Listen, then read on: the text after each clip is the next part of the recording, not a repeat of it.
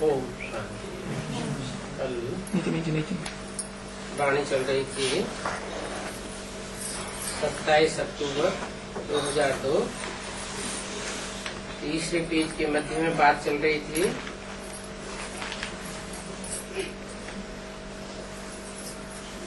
मैं तो आता ही पतित शरीर में हूँ। पतित शरीर में आता हूँ तो बुद्ध है ना, कृष्ण की तो बात ही नहीं। फिर तुम भक्ति मार्ग में मेरा कितना मान रखते हो, सोमनाथ का मंदिर बनाते हो,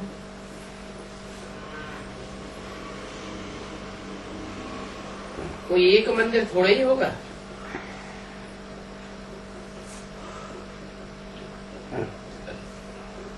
सोमनाथ का आज से 2500 साल पहले कोई एक मंदिर नहीं बना। जब राजा बनाता है तो राजा के साथ प्रजा भी मंदिर बनाती है। अनेक मंदिर होंगे, फिर उन्हें लूटा भी होगा।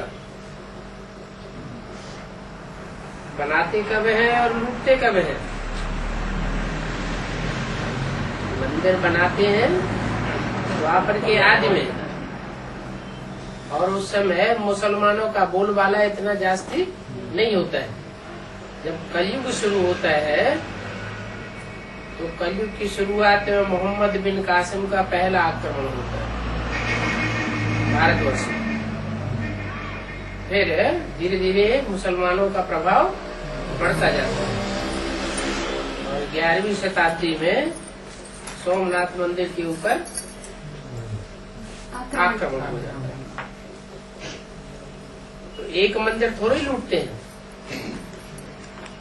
कहते हैं अनेक बार आक्रमण हुए।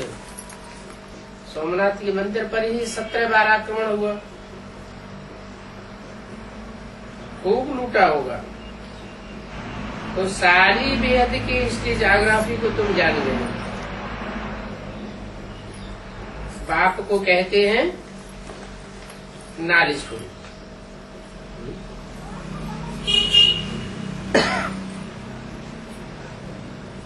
सोमनाथ मंदिर बनाया, सोमनाथ मंदिर लूटा गया, उसमें सारी हिस्ट्री आ गई। कैसे? सोमनाथ मंदिर माना जो सोमनाथ खिलाने वाला। सोम माना चंद्रमा, नाथ माना स्वामी। चंद्रमा का स्वामी कौन हुआ? है? चंद्रमा का स्वामी हुआ जिसका मंदिर बनाया गया सोमनाथ। ज्ञान चंद्रमा ब्रह्मा। ब्रह्मा पहला पत्ता सृष्टि का, पहले पत्ते का स्वामी कौन है? राम वाली आत्मा। हाँ, प्रजापिता, जिसमें शिव प्रवेश होता है। तो बताया कि द्वापर के आदि में मंदिर बनता है यादगार, और कलयुग के आदि में लूटा जाता है। इसमें सारी हिस्ट्री समाई हुई है। हिस्ट्री है 2,500 साल की, उससे पहले की हिस्ट्री है नहीं। और उस हिस्ट्री ज्योग्राफी को तुम जान गए हो कि कैसे बीज सतयुग के आदि में सरसब्ज होता है, द्वापर के आदि में उसकी यादगार बनती है। बड़े बड़े मंदिर बनाए जाते हैं, उनमें ढेर सारा धन इकट्ठा किया जाता है, और कलयुग के आदि में वो मंदिर लूट लिया जाता है। तुम जान गए हो बाप को कहते हैं नॉलेजफुल। तो यहाँ ज्ञान भी दिया जाता है।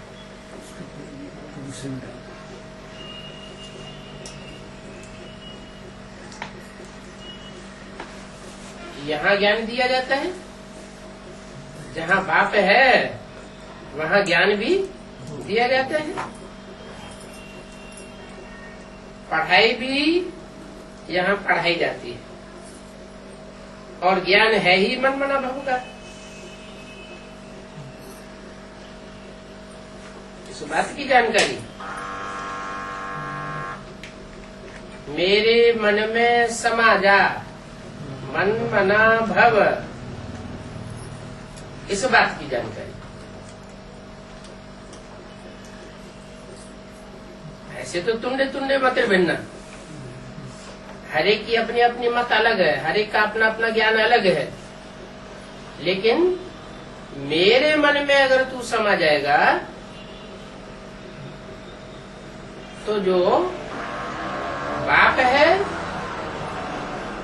वो ही बाप की गति तेरी हो जाएगी। बाप क्या है? निराकारी, निर्विकारी, निरहंकारी। तो इसको सदगति, इससे सदगति होती है मन मना भव के ज्ञान से। पहले मन मना भव, मेरे में मन लगा दे, मेरे में मन को तिरोहित कर दे, अपने मन के संकल्पों को मेरे में समा दे। फिर क्या होता है? जब मेरे मन में अपने सारे संकल्पों को तिरोहित कर देगा तो तेरा जो भी कर्म होगा वो सब मेरे लिए होगा। माना पहले मन मना भव, फिर मध्याजी भव। मत माना मेरे, याजी माने यजन करने वाला, भव माने हो जा, माने जो भी कर्म करे वो मेरे लिए करे। कोई भी कर्म इंद्रियों से कर्म करे लेकिन मेरे लिए करे। ये कब होगा? जब मन मना भव होगा। मन मना भव से सदगति होती है। काय काय की सदगति होती है? मन मना भव होंगे तो काहे की सदगति होगी? मन बुद्धि की पहले सदगति होती है। बुद्धि सुधर जाती है, संकल्प सुधर जाते हैं, मेरे में संकल्प स्वाहा हो जाते हैं, तिरोहित हो जाते हैं। और मन है सब इंद्रियों को कंट्रोल करने वाली इंद्रिय, मन कंट्रोल में आ जाता है तो और जो 10 इंद्रियां हैं उनकी भी सदगति हो जाती है। क्या? अभी जो भी इंद्रियां हैं वो दुर्गति की ओर है। जब एक में मन लगा देंगे तो सब इंद्रियों की सदगति हो जाएगी। टीचर और गुरु का पार्ट इकट्ठा चलता है।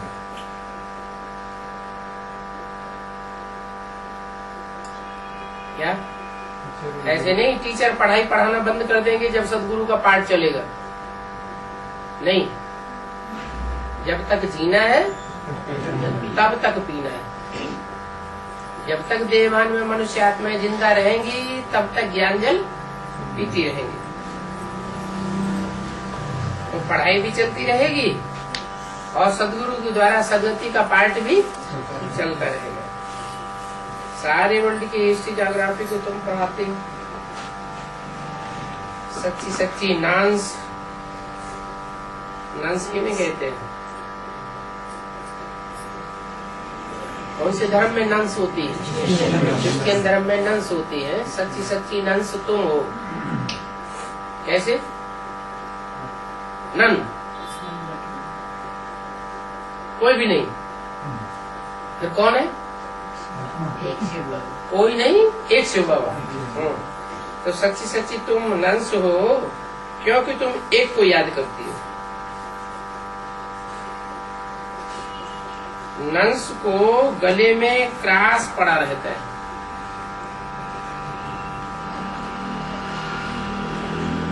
क्या? क्रास पड़ा रहता है। क्या मतलब? क्राइस्ट को क्रास पे चढ़ाया गया तो वो भी कहते हैं, वो भी ये यादगार अपने गले में लटका के रखती है कि हम भी बल क्रास पे चढ़ जाए। क्या?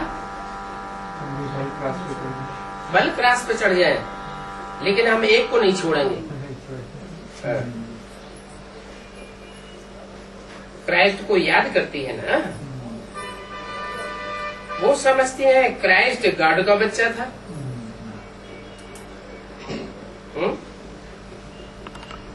तो अकेला क्राइस्ट ही गॉड का बच्चा था क्या? क्राइस्ट गॉड का बच्चा तो और सब भतीजे हैं क्या?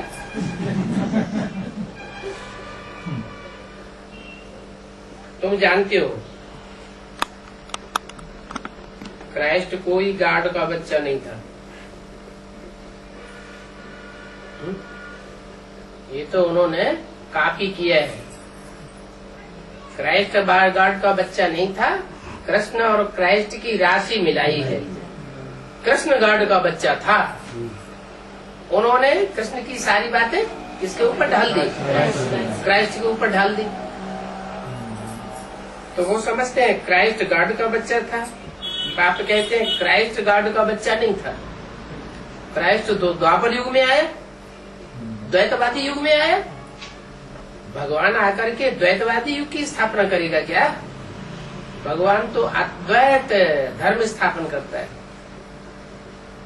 अद्वैत युग की स्थापना करता है, जहाँ एक धर्म, एक राजा, एक भाषा, एक मत, एक कुल, सब कुछ एक ही एक, सारी प्रजा की दृष्टि में एक ही समाया हुआ होता है। तो क्राइस्ट की आत्मा गॉड का बच्चा हो सकती है क्या? क्राइस्ट की आत्मा गॉड का बच्चा है, लेकिन क्राइस्ट गॉड का बच्चा नहीं। ये क्या बात हुई?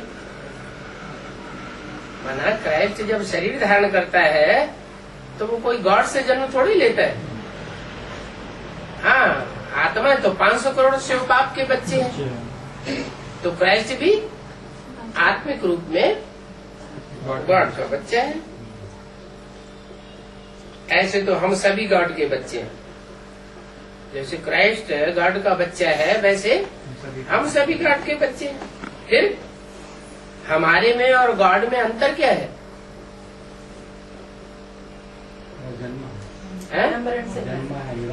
हम प्रैक्टिकल गॉड को पहचानते हैं और क्राइस्ट प्रैक्टिकल में गॉड को पहचानता नहीं। कृष्ण की आत्मा प्रैक्टिकल में गॉड का बच्चा बनती है। जो गॉड का पार्टधारी है, गॉड फादर का, उसका प्रैक्टिकल में बच्चा बनती है, भगवान भगवती का बच्चा बनती है। और क्राइस्ट भगवान भगवती का बच्चा नहीं बनता है। तो बाप आकर 3 धर्म स्थापन करते हैं आकर के। ऐसे नहीं कि ब्रह्मा के तन में आते हैं, ब्राह्मण सिर्फ ब्राह्मण धर्म स्थापन करके चले जाते हैं। तथाकथित ब्रह्मा कुमार क्या समझते हैं? किसी बाबा ब्रह्मा के तन में आया, ब्राह्मण धर्म की स्थापना हो गई, बल कोई देवता नहीं बना और कोई भी छत्री नहीं बना, क्योंकि अभी तो रिजल्ट ही नहीं निकला। जो फेल है, फाइनल फेल होने का रिजल्ट निकले तब तो पता चले कि छत्री कौन है। तो न छत्रियों का रिजल्ट निकला, न देवताओं का रिजल्ट निकला। ब्राह्मण तो बने हैं नंबरवार पुरुषार्थ अनुसार। तो जो ब्राह्मण नंबरवार पुरुषार्थ अनुसार बने हैं, उससे उन्होंने ये समझ लिया कि बस भगवान आकर के ब्राह्मण धर्म की स्थापना करता है, बाकी देवता बनाने का काम और छत्री बनाने का काम हमारा। यहाँ बाप क्या कहते हैं? मैं खुद आकर के 3 धर्म स्थापन करके जाता हूँ। ब्राह्मण धर्म भी मैं स्थापन करता हूँ ब्रह्मा के द्वारा, और देवता धर्म भी मैं स्थापन करता हूँ। किसके द्वारा? प्रजापिता ब्रह्मा के द्वारा देवता धर्म की स्थापना करता हूँ। संपूर्ण ब्राह्मण सो संपूर्ण देवता बनते हैं, और जो संपूर्ण देवता नहीं बन पाते, फेल हो जाते हैं, वो क्षत्रिय बनते हैं। तुम ऊंचे ते ऊंची चोटी के ब्राह्मण हो।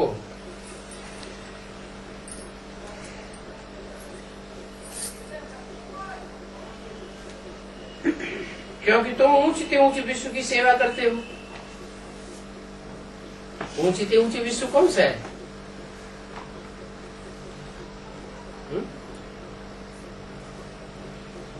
ऊंचे ते ऊंचे विश्व कौन सा है और नीचे ते नीचे विश्व कौन सा है? हाँ, संगम युग में जो स्वर्णिम संगम युग होता है, जहाँ भगवान आकर के सारी सृष्टि को अपनी मध्य नजर देखता है, सारी सृष्टि उसकी नजरों के नीचे आ जाती है, वो है ऊंचे से ऊंचे विश्व। वहाँ स्वर्णिम संगम युग में स्वर्णिम दुनिया की स्थापना होती है। 16 कला संपूर्ण से भी ऊंची स्टेज की आत्माएं वहाँ निवास करती हैं।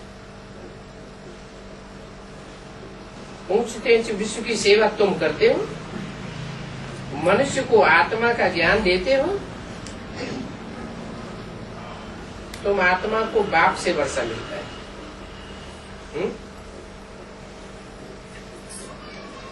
तुम आत्मा को, इससे कहा गया, सनोक बैठने वाले बच्चों से कहा तुम आत्मा को बाप से वर्षा मिलता है। क्राइस्ट की आत्मा को बाप से वर्षा नहीं मिलता, फिर किससे मिलता है?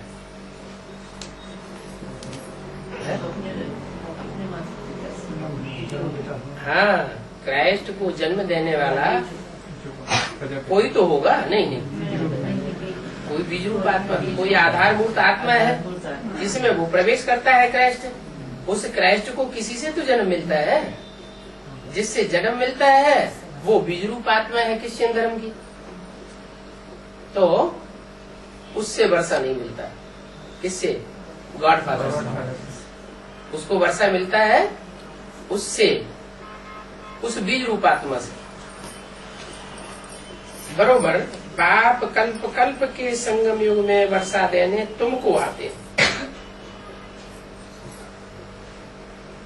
तुमको वर्षा देने बाप आते हैं, और धर्म पिताएं डायरेक्ट बाप से वर्षा नहीं लेते हैं। शास्त्रों में तो युग युग लिख दिया है कि भगवान युग युग आते हैं, हर युग में आते हैं। तो हर युग में आते हैं तो 4 अवतार होने चाहिए। 4 युग हैं तो 4 युग के अंत में आवेंगे तो 4 अवतार होने चाहिए। उन्होंने कितने लिख दिए? 10 अवतार लिख दिए, 24 अवतार लिख दिए। जैनियों ने भी 24 अवतार लिख दिए, जैनियों ने भी काफी किए हैं। तो ये तो कोई बात ही नहीं बनती। तो कहाँ की बात है फिर ये? शास्त्रों में जो लिखी हुई है कि हर युग में आते हैं, संभवामि युग युग। संगम युग की शूटिंग पीरियड में जब 4 युगों की शूटिंग होती है, 4 वर्णों की शूटिंग होती है, देवता वर्ण, क्षत्रिय वर्ण, वैश्य वर्ण और शूद्र वर्ण की आत्माओं की शूटिंग होती है, तो उस समय भगवान हर युग की शूटिंग के अंत में विशेष रूप से प्रत्यक्ष होता है। तो शास्त्रों में युग युग लिख दिया है, कल्प अक्षर बीच से निकाल दिए।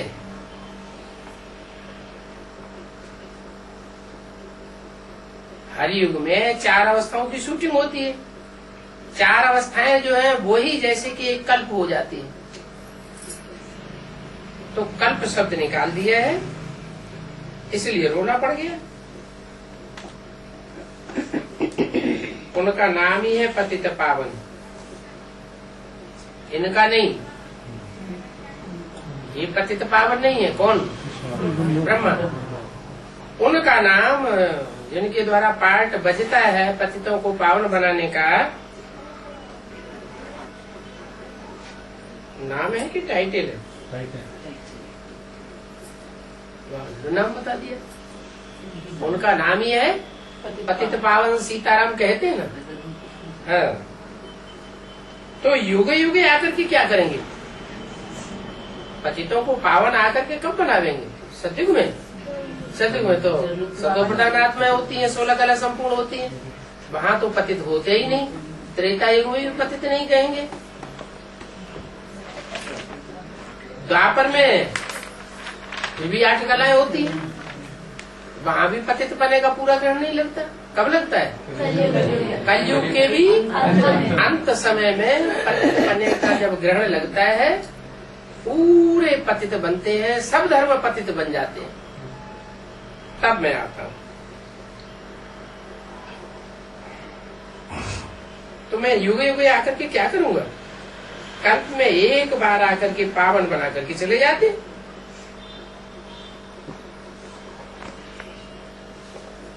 बार बार क्यों आएंगे? जब एक बार पूरी पतित पने का ग्रहण लगे तो आऊं और षष्ठी चक्र को पावन बना के और चला जाऊं। षष्ठी चक्र जो है वो सतो प्रधान, सतो सामान्य, रजु और तमो 4 अवस्थाओं से गुजरता है। तमो प्रधान बने तब तो मैं उसे सतो प्रधान आकर बनाऊं। तो बाप कहते हैं मैं पावन बनाकर जाता हूँ, मुझे तलाक मत देना।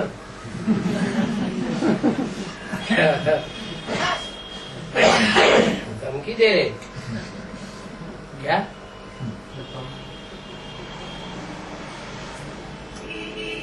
पतियों को पावन बना करके जाता हूँ, मेरे को तलाक नहीं देना। बाबा को डर लग रहा है।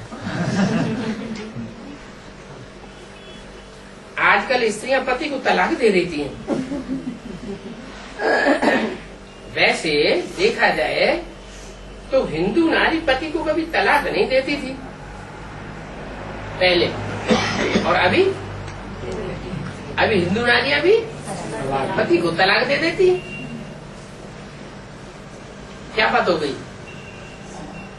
पहले तलाक नहीं देती थी, अभी तलाक दे देती है। बाबा को भी डर लग रहा है कहीं मेरे को सरेंडर होने के बाद कहीं मेरे को ना तलाक दे दे। हाँ, तो तलाक किस लिए देती? पहले नहीं देती थी, अब देती है। क्यों? क्योंकि दूसरे धर्मों का संग का रंग लग गया, दूसरे धर्मों से प्रभावित हो गए तो तलाक दे देती है। वैसे अगर देखा जाए तो हिंदू नारी पति को कभी तलाक नहीं देती थी। तुमको तो मुरली जरूर सुननी है क्या? दूसरों की बातें, दूसरे धर्म वालों की बातें सुन करके तलाक देना सीख लिया, लेकिन तुमको क्या करना है? तुमको तो बाबा की मुरली सुननी है। उसका नाम क्या है? मुरली। ये तुम्हारी बुद्धि को मोड़ लेगी। मोड़ ले क्या करेगी? तुम्हारी बुद्धि को मोड़ लेगी। उन विधर्मियों ने तुम्हारी बुद्धि को मोड़ दिया। पहले तुम तलाक नहीं देते थे, अब तुम तलाक देना सीख गए, बुद्धि मुड़ गई ना। अब बाबा की मुरली सुनेंगे तो तुम्हारी बुद्धि फिर मेरी तरफ मुड़ जाएगी। मुरली नहीं सुनते हो तो गोया बाप को भी भूल जाते, टीचर को भी भूल जाते और गुरु को भी भूल जाते हो। 27 अक्टूबर 2002 की वाणी का 14 दिन। ये भी जैसे तलाक हो गया। अगर भूल जाते हो, बाप को भूले या टीचर को भूले या सदगति करने वाले सदगुरु को भूले तो क्या हुआ? जैसे तलाक दे दिया। तुमको भी कितना टेंशन देना है। अभी नापास होंगे तो कल्पांतर नापास होते रहेंगे, तो टेंशन तो देना पड़े। अंत में सबको मालूम पड़ जाएगा कि किसने कितनी पढ़ाई पढ़ी थी।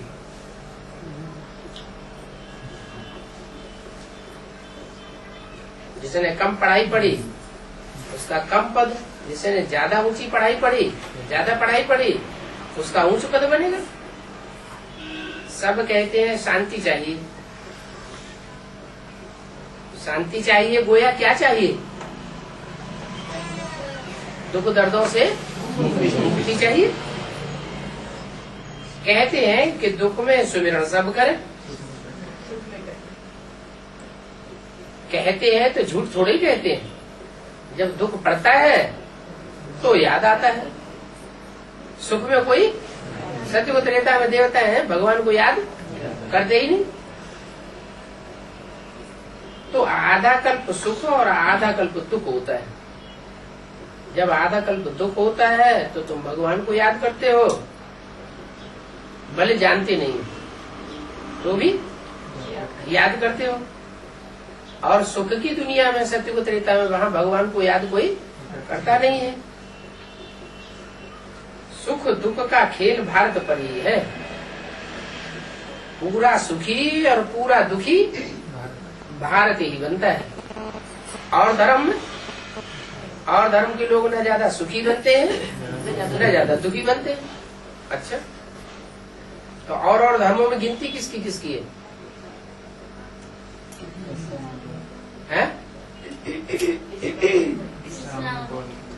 इस्लामी, बौद्ध, क्रिश्चियन जो द्वापर से आते हैं उनकी गिनती है, और चंद्रवंश की गिनती नहीं है। सीढ़ी के चित्र में ब्रह्मा की सोल सृष्टि के आदि में संगम युग में नहीं दिखाई है साकार रूप में। सबसे ऊंची स्टेज है ना, सबसे ऊंची स्टेज का सुख है वो अतीन्द्रिय सुख शरीर से नहीं भोगती। तो ऊंचे से ऊंचा सुख लेती है क्या? नहीं, ऊंचे से ऊंचा सुख भी नहीं लेती। और कलयुग के अंत में जब अंतिम सीढ़ी आती है तो भी खड़ी हुई है, वो विकारों में पतित होकर के पड़ी हुई नहीं है, कांटों की सैया पर पड़ी हुई नहीं दिखाई गई। इससे क्या साबित होता है? नहीं, न ज्यादा सुख होती है, न ज्यादा पतित बनती है, न ज्यादा पावन बनती है। कृष्ण की आत्मा, क्रिश्चियंस की आत्मा भी न ज्यादा पतित बनती है, न ज्यादा पावन बनती है। सबसे ज्यादा सुख और सबसे ज्यादा दुख कौन भोगता है? भारत भोगता है। तो सारी कहानी भारत के ऊपर सुख दुख के नाटक की बनी हुई है।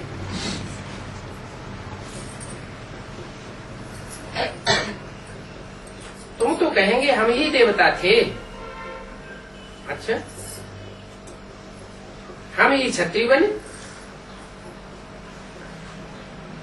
हम ही सो वैश्य बने, हम ही शूद्र बने। अरे हम ही सो देवता थे। हम ये कहता कौन है? सो देवता थे माने कौन से देवता थे?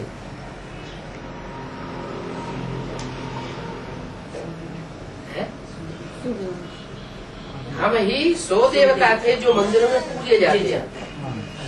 जो मंदिरों में देवताएं पूजे जाते हैं वो शरीरधारी देवताएं कौन थे? हम थे जो डायरेक्ट भगवान से पढ़ाई पढ़ते हैं। कृष्ण की आत्मा, राधा की आत्मा डायरेक्ट पढ़ाई भी नहीं पढ़ती। और संगम युग में वो देवता भी, मनुष्य से देवता भी नहीं बनती। तो इसलिए बोला तुम तो कहेंगे, ये नहीं कहेंगे। कौन? कृष्ण नहीं कहेंगे, तुम तो कहेंगे। क्या कहेंगे? हम ही देवता, सो हम ही क्षत्रिय, सो हम ही वैश्य, और हम ही शूद्र बनते हैं। पहले पहले कौन बनते हैं?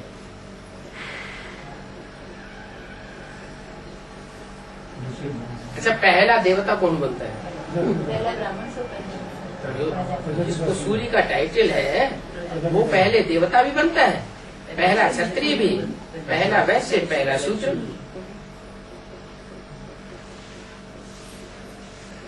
तो हमसो का अर्थ कोई जानते नहीं है। बाप कहते हैं मन मना। फिर मध्याजी भाव जानने के लिए क्या करें? हमसो का अर्थ जानने के लिए हम वह देवता थे। कौन से देवता थे?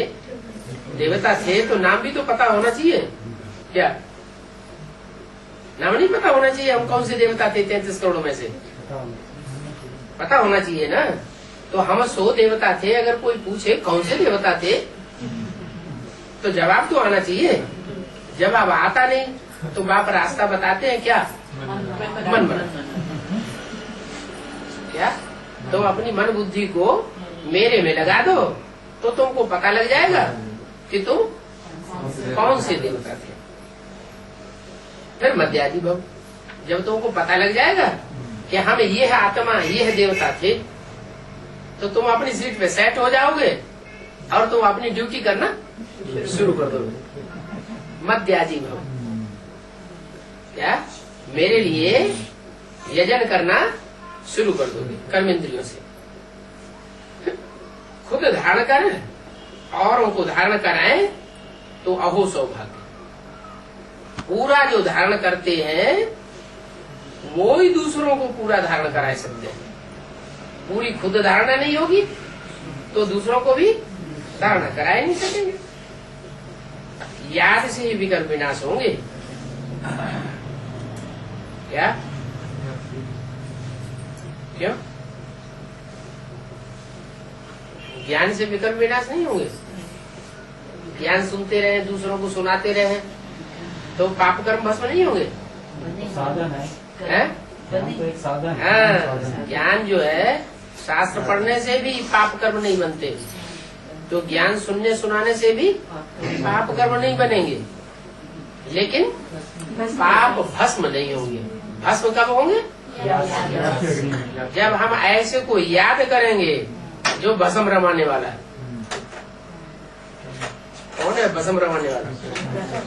शंकर को दिखाते हैं भस्म रमाए हुए। क्या मतलब हुआ? शरीर में भस्म रमाई जाती है ना, माने जो भी शरीर है, शरीर की इंद्रियां हैं, उनसे जो भी कर्म किए जाते हैं वो सब भस्म हो जाते हैं। माने कर्मों का पाप पुण्य उनके ऊपर नहीं लगता, अकर्म हो जाते हैं। ऐसी स्टेज में, याद की स्टेज में रहने से, आत्मिक स्थिति में रहने से पाप कर्म बनता ही नहीं, पुण्य भी बनता ही नहीं। तो याद से विकर्म होंगे, विकर्म भस्म होंगे। वहां गंगा में स्नान करना भक्ति मार्ग में होता है, और यहाँ ज्ञान गंगा में स्नान करने की बात है। तो कहाँ गंगा में स्नान करना और कहाँ योग में रह करके पावन बनना, बहुत फर्क पड़ जाता है। बच्चों को यज्ञ के पैसे की बहुत कदर होनी चाहिए।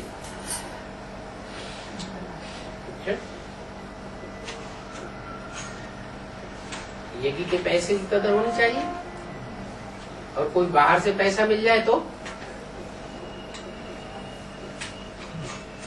यज्ञ से पैसा नहीं मिला, बाहर से किसी दूसरे ने दे दिया, तो उसकी कदर नहीं होनी चाहिए।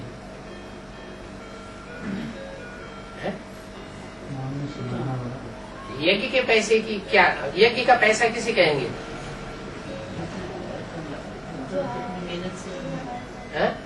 यज्ञ का पैसा किसे कहेंगे?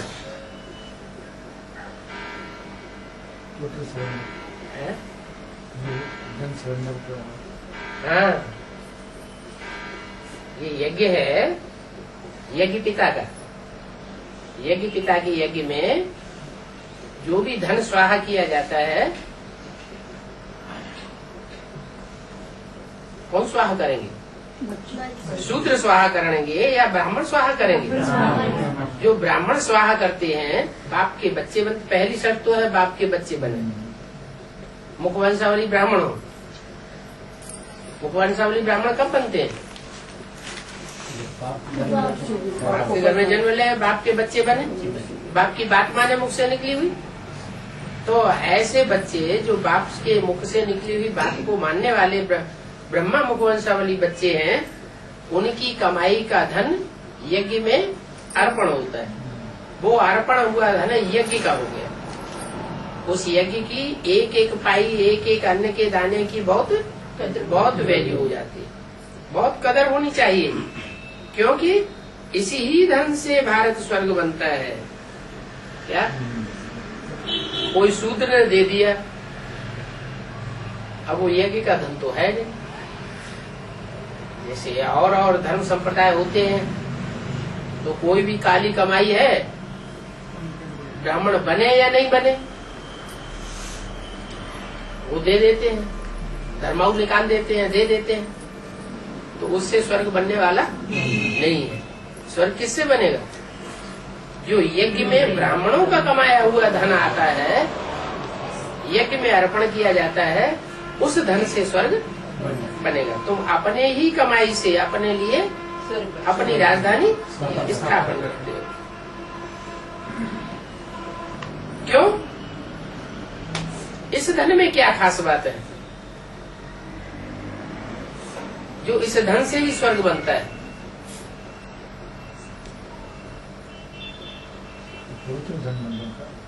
और धन और धंधे जो है वो सब झूठे धंधे, सब धंधों में नुकसान भी है और सब धंधे दुनिया के झूठे धंधे। ऐसा कोई भी दुनिया का धंधा नहीं रहा कलयुग के अंत में जो झूठा न हो जाए। सब धंधे झूठे। एक सच्चा धंधा बाप आकर के सिखाते हैं, और बाप है सच्चा। सच्चा बाप आकर के जो रुद्र यज्ञ रचते हैं, उस रुद्र यज्ञ में जो धन स्वाहा किया जाता है वो भी सच्चा है। इसलिए कहते हैं बाप के हाथ में दिया तो 21 जन्म वर्षा मिलेगा, और गुरुओं के हाथ में दिया, कोई मनुष्य गुरु के हाथ में, तो 1 जन्म का फल देगा। तो ऐसा क्यों कहा? क्योंकि एक सच्चा है और बाकी सब झूठे हैं। एक के हाथ में एक हाथ देने वाला और एक हाथ लेने वाला। तीसरे को पता भी न लगे। अगर पता भी लग जाता है तीसरे को तो भी उस धन की कीमत कम हो जाती है, कदर कम हो जाती है। माने वो उतना बढ़िया स्वर्ग, उतनी ऊंची कोटि का स्वर्ग स्थापन वो धन नहीं करेगा, उसकी कीमत कम हो गई। तो इसलिए बताया कि यज्ञ के पैसे की बहुत कदर होनी चाहिए, क्योंकि इसी से भारत स्वर्ग बनता है। इसी से माने कौन से धन से? यज्ञ में अर्पण किया हुआ, यज्ञ पिता को अर्पण किया हुआ जो धन है, उस धन से ही स्वर्ग बनता है। इसलिए बोला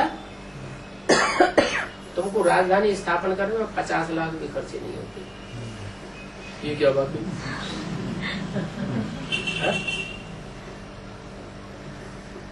ये बात किससे बोली होगी?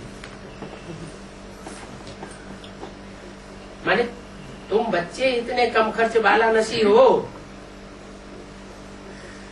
बाप को फॉलो करने वाले बच्चे हो ना। बाप कम खर्च वाला नसी माने भाग्य बहुत बाला है, बहुत ऊंचा भाग्य है। किसका भाग्य ऊंचा बनता है? जो यज्ञ के धन को कम से कम खर्च करता है, दूसरों के विश्व कल्याण के कार्य में ज्यादा लगाए और अपने लिए कम से कम खर्च। यज्ञ के लिए भी अगर कम खर्चे में काम निकल सकता है तो ज्यादा पैसा खर्च करने की क्या दरकार? तो बाप है गरीब निवाज। क्या? जितना बाप गरीब निवाज है, गरीबों का ध्यान रखता है, उतना और कोई मनुष्य गुरु गरीबों का ध्यान नहीं रखता। उन गुरुओं की सभाओं में जाओ, जो बड़े बड़े आदमी होंगे वो उनके नजदीक बैठे होंगे गुरुओं के, और बाप गरीबों के ऊपर नजर रखते हैं, साहूकारों के ऊपर नजर नहीं रहती। देखो एडवांस में कोई भी करोड़पति नहीं होगा। कोई देखा करोड़पति जिसका बैंक बैलेंस करोड़ का रखा हुआ हो?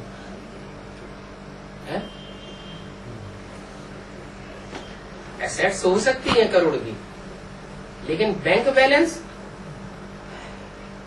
जब चाहे तब 1 करोड़ निकाले और उसको किसी काम में खर्च करे, ऐसा कोई नहीं होगा। तो बाप है ही गरीब निवाज। हाँ, इससे भारत स्वर्ग बनता है क्योंकि बाप है गरीब निवाज। गरीबों की एक एक पाई लेकर के स्वर्ग स्थापन करते हैं। क्या भावना ज्यादा किसमें होगी? गरीबों के अंदर भावना ज्यादा होती है। भले धन थोड़ा देते हैं लेकिन वो भाव से भरा हुआ धन होता है। गरीबों की पाई पाई पड़ेगी तब वह साहूकार बनेगा। क्या कोई ने बैंक में से लाखों रुपया निकाला और यज्ञ में दे दिया, उससे स्वर्ग नहीं बनेगा। कैसे बनेगा स्वर्ग? तो 4.5 लाख निकलेंगे स्वर्ग के नई दुनिया के मालिक बनने वाले बच्चे, वो सब छोटे छोटे तबक्के के। अगर बड़ा तबक्का है भी किसी का तो वो सब कुछ यज्ञ में अर्पण करके क्या बन जाएगा? गरीब बैगर बनेगा। इसलिए शंकर के लिए कहते हैं, अरे शंकर की पूजा नहीं करना, अपने समान बना देगा। क्या भभूतिया बना देगा? वो तो लंगोटिया है। तो गरीबों की पाई पाई पड़ेगी तब वो साहूकार बनेंगे। स्वर्ग में हेल्थ वेल्थ हैप्पीनेस होती है ना। अगर हेल्थ वेल्थ है तो हैप्पीनेस भी। अगर हेल्थ हो वेल्थ ना हो तो हैप्पीनेस नहीं हो सकती। सतयुग में हेल्थ वेल्थ है तो सदैव हैप्पी रहते हैं, वहां कभी रोते नहीं है। और यहाँ तो घड़ी घड़ी रोना लगा रहता है। रोना कोई एक तरह का नहीं होता है, ऐसे नहीं आंखों से आंसू बहाए उसी को रोना कहा जाता है। अपना दुखड़ा दूसरों को सुनाना ये भी क्या है? ये भी रोना है। अंदर से भी रोना है? अंदर से भी रोते हैं। हाँ, अंदर से भी रोते हैं कोई, खास करके पुरुष जो है अंदर से रोते रहते हैं, क्योंकि अहंकार ज्यादा होता है ना, तो किसी को बोलेंगे नहीं लेकिन अंदर अंदर से रोते रहेंगे। और माताएं माता बोली वाली होती है तो बाहर से सारा सुना देती है।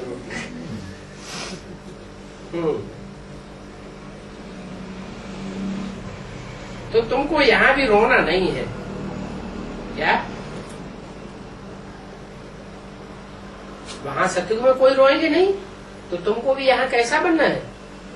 रोना प्रूफ बनना है। अगर ऐसा पुरुषार्थ किया है कि यहाँ तुम रोना प्रूफ बन गए तो समझ लो तुम सही पुरुषार्थ कर रहे हो। परंतु माया के तूफान रुलाए देते हैं, मुरझाए देते हैं। हेल्थ मिलती है हॉस्पिटल से और वेल्थ मिलती है पढ़ाई से, ठीक नहीं? तो बीमार होता है तो बीमारी को, बीमार वाले व्यक्ति को सफा कहाँ से मिलती है? हॉस्पिटल में डॉक्टर के पास जाना पड़ता है। यहाँ भी बाप ने रूहानी हॉस्पिटल खोला हुआ है। बाप कहते हैं ये मन बीज है, ये मन बीज जब स्वस्थ होगा तो शरीर भी तुम्हारा स्वस्थ हो जाएगा। मन के संकल्पों के आधार पर डॉक्टर लोग भी कहते हैं हाँ, भगवान को याद करो ठीक हो जाओगे। माना उनको भी पक्का निश्चय नहीं कि हमारी दवाई काम करेगी या नहीं करेगी। भगवान ने चाहा तो ठीक हो जाओगे, भगवान के ऊपर भरोसा रखो। इसका मतलब ये हुआ कि सारी बीमारियां मन के अंदर से शुरू होती हैं। मन अगर स्वस्थ है तो शरीर भी स्वस्थ हो जाएगा, बीज स्वस्थ है तो पेड़ भी स्वस्थ होगा। तो ये शरीर है जैसे पौधा पेड़, और मन है मन बुद्धि आत्मा बीज है।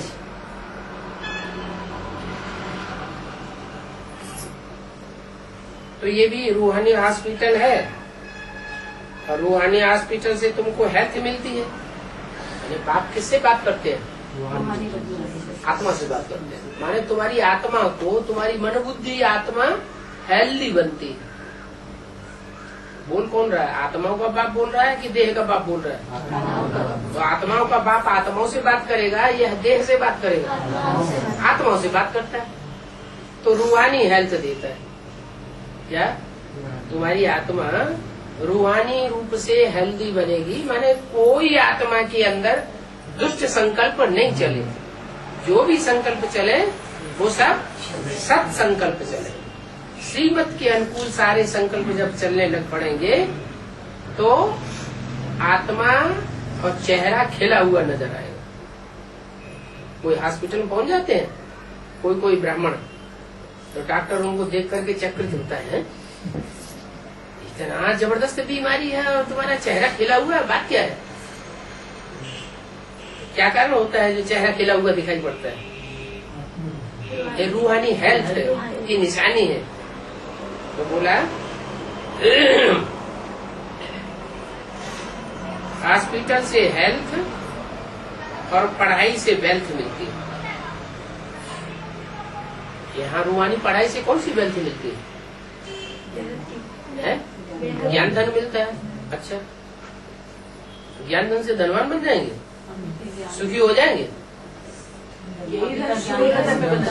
हाँ, अभी भी बोला है, कोई अगर ज्ञान धन को यूज करता है, दूसरों को सुनाता है, भले उसके पास एक फूटी छदाम भी न हो, सुबह से शाम तक अगर ईश्वरीय सेवा करेगा तो चाहे दुनिया में कितना भी अकाल पड़े, लेकिन वो बाप का बच्चा जो ज्ञानी तू आत्मा होगा और दूसरों की सेवा करेगा, वो भूख नहीं मर सकती।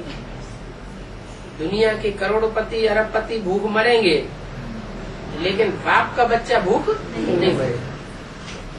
तो कितनी उन ज्ञान रत्नों की वैल्यू हो गई। वो ज्ञान रत्न स्थूल रत्नों की कोटि के बन गए।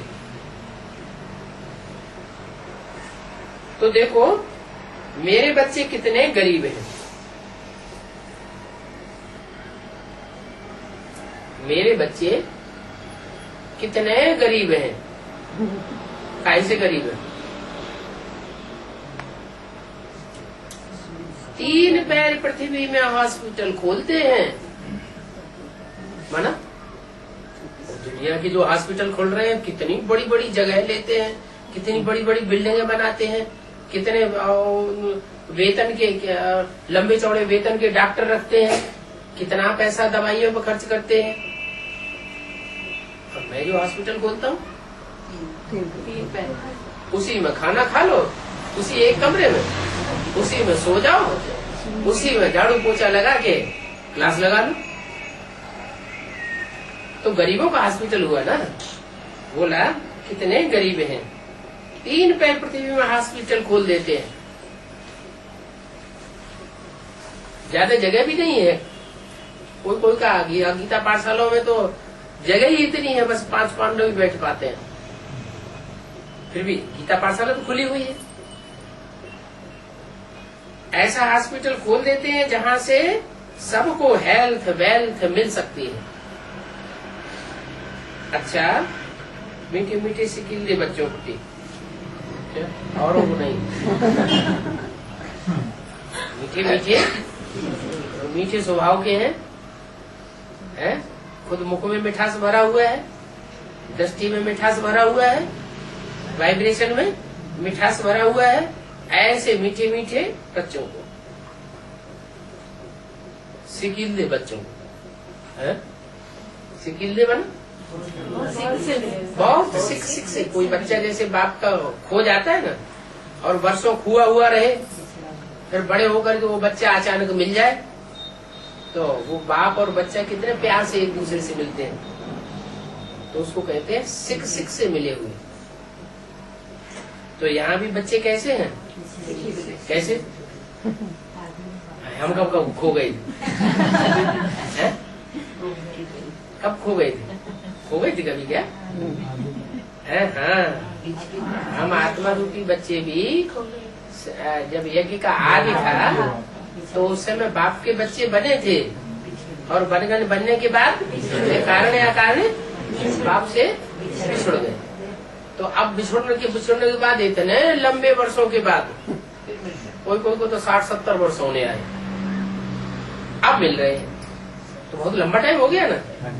तो सिकिल दे बच्चे प्रति माता पिता, किसका? माता पिता का, एक का नहीं, माता का भी और पिता का भी। कहाँ है माता?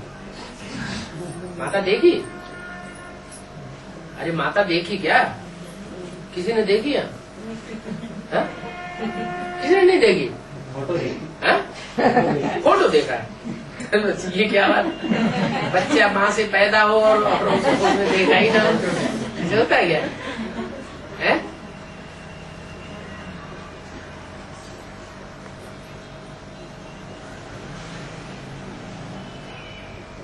माता कैसे कह दिया? अर्धनारीश्वर है, उन्हीं में माता और पिता दोनों।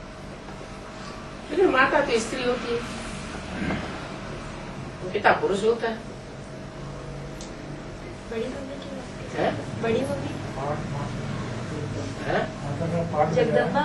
हाँ नहीं, एक बात बोली है मुरली ने, भारत में पुरुष की एक स्त्री मर जाती है तो कहते हैं एक जूती गई अब दूसरी लेते हैं। ये ब्रह्मा भी पुराना तन है ना, क्या इशारा दिया है? पुराना तन है ना, पुरानी जूती है ना, इसका मतलब क्या हुआ? बाबा क्या इशारा दे रहे हैं कि ये जूती अब छूटने वाली है, अब नई जूती आने वाली है। तो ब्रह्मा का पुराना तन छूट गया, ब्रह्मा का पुराना तन छूटा ना, तो नया तन कौन सा मिला? जगदम्बा मिला। अभी जगदम्बा भी दिखाई नहीं पड़ती बच्चों को, घूंघट में है, दिखाई नहीं पड़ती, पालना मिल ही नहीं रही बच्चों को, सब तड़प रहे हैं। तब तक ये सूर्यवंशी बच्चों की माता प्रत्यक्ष कर दी। क्या बोला अभी, क्या बोला वेदवाणी में? बोला है कि अष्टदेवों में से जो दो आत्माएं हैं वो प्रत्यक्ष हो गई, दो की प्रत्यक्षता हुई, एक योगी और एक योगिनी। जो योगिनी है उसको कहा माता का टाइटल, माने सूर्यवंशियों की माता, सबकी माता नहीं, इसकी माता सूर्यवंशियों की माता, जो डायरेक्ट ज्ञान सूर्य से मिले हुए हैं, पढ़ाई पढ़ते हैं और डायरेक्ट ज्ञान सूर्य से वर्षा लेने वाले हैं, उनकी माता। सब उसे पहचानते भी नहीं और जानते भी नहीं। तो बोला याद प्यार बाप दादा का, एक तो माता पिता का याद प्यार और दूसरा बाप दादा का याद प्यार। अच्छा, माता से कनेक्शन है फिर?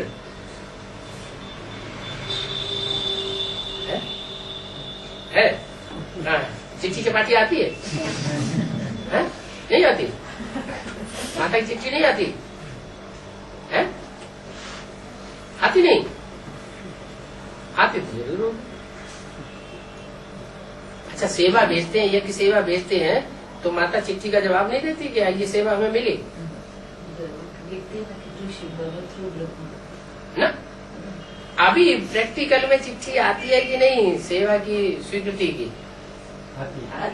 आती है। तो माता से ही तो आती है।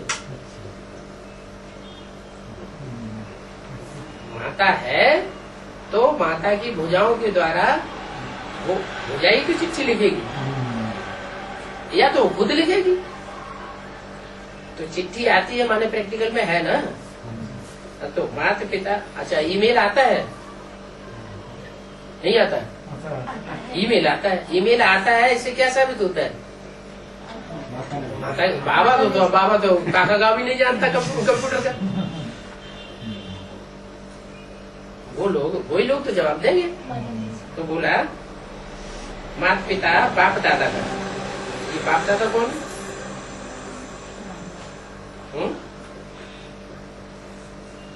माता पिता तो अलग अलग हो गए, फिर बाप दादा कौन हुए? राधा कृष्ण। राम बाप और कृष्ण बच्चा। दादा लेखराज की आत्मा जो चंद्रमा के रूप में प्रवेश है वो दादा हुआ, सृष्टि का पहला पट्टा हुआ, माना सबका बड़ा भाई हुआ। 500 करोड़ मनुष्य आत्माएं जो भी हैं उन सबका बड़ा भाई। और राम वाली आत्मा बाप, सबका बाप और दादा दोनों का याद प्यार। गुड मॉर्निंग, क्या कभी गुड नाइट नहीं करते? गुलजार दादी में आते हैं तो क्या करते हैं? गुड नाइट करते हैं। गए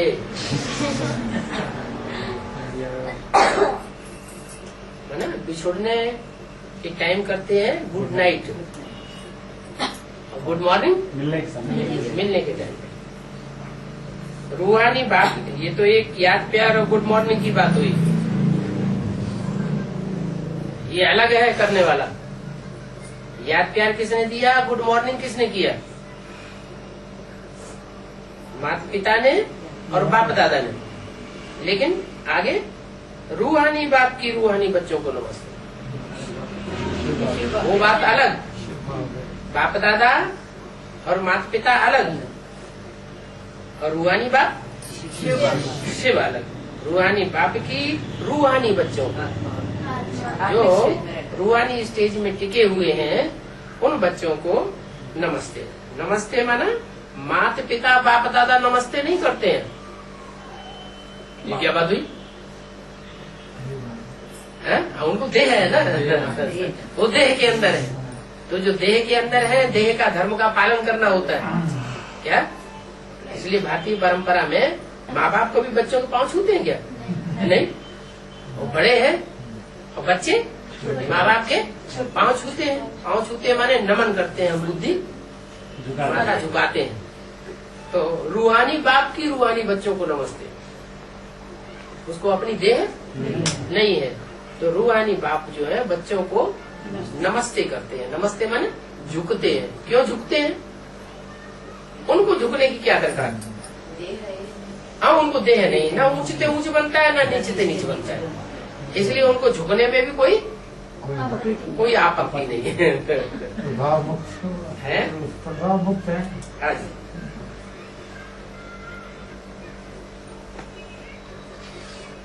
आज कितनी तारीख हुई?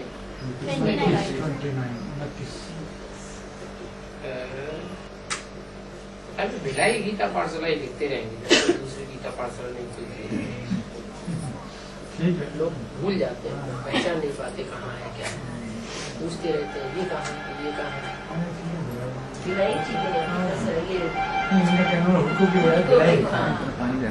उनको हुड को लेकर तंग करते हैं।